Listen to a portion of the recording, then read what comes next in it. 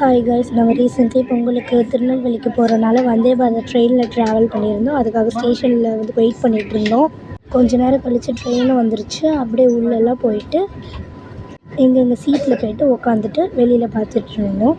அப்புறம் எங்கெங்கே என்ன ஃபெசிலிட்டிஸ் இருக்குதுன்னு நாங்கள் பார்த்துட்டு இது ரொம்ப ஜாலியாகவே இருந்தது. அப்புறம் கொஞ்ச நேரத்தில் ட்ரெயின் மூவ் ஆக ஆரம்பிச்சிச்சு. அப்புறம் அவங்க போனோடனே ஃபஸ்ட்டே சிப்ஸை சாப்பிட்டுட்டு நெக்ஸ்ட் போனோடனே அவங்க சீட்டில் ஒரு ட்ரே நிறைய ஃபுல்லாக ஸ்நாக்ஸ் தந்துருந்தாங்க. அதில் நாங்கள் ஃபர்ஸ்ட் சாப்பிட்டது தான் பீனட் கேண்டி. நெக்ஸ்ட்டு வந்து ஒரு கவரில் ஒரு போண்டா தந்துருந்தாங்க. என் சிஸ்டரும் நல்லா லைக் பண்ணி சாப்பிட்டா. நெக்ஸ்ட்டு வந்து ஒரு சேவ் மாதிரி ஒரு தந்துருந்தாங்க. நெக்ஸ்ட்டு அதுக்கு தொட்டுக்க சாஸு. நெக்ஸ்ட்டு ஒரு இன்ஸ்டன்ட் மசாலா டீ தந்துருந்தாங்க.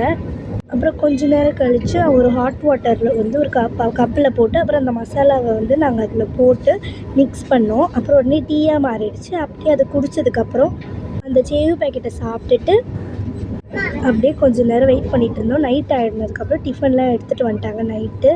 அதில் வந்து நிறைய ஐட்டம் இருந்தது ஒரு ஆளுக்கே.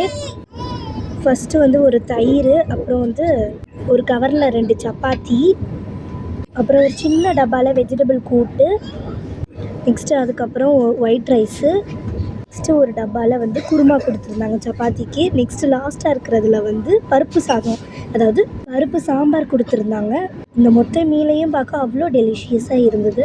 ஃபஸ்ட்டு ஒரு சப்பாத்தி சாப்பிட்டுட்டு நெக்ஸ்ட்டு கொஞ்சம் பருப்பு சாம்பார் எடுத்து ரைஸில் போட்டு மிக்ஸ் பண்ணி அதையும் கொஞ்சம் சாப்பிட்டுட்டு அதுக்கடுத்து கொடுத்துருந்த தயிர்லேருந்து அதையும் கொஞ்சம் போட்டு மிக்ஸ் பண்ணி சாதத்தோடு சாப்பிட்டுட்டு அப்படியே ஒன்று ஒன்றா சாப்பிட்டுட்டு இருந்தோம்.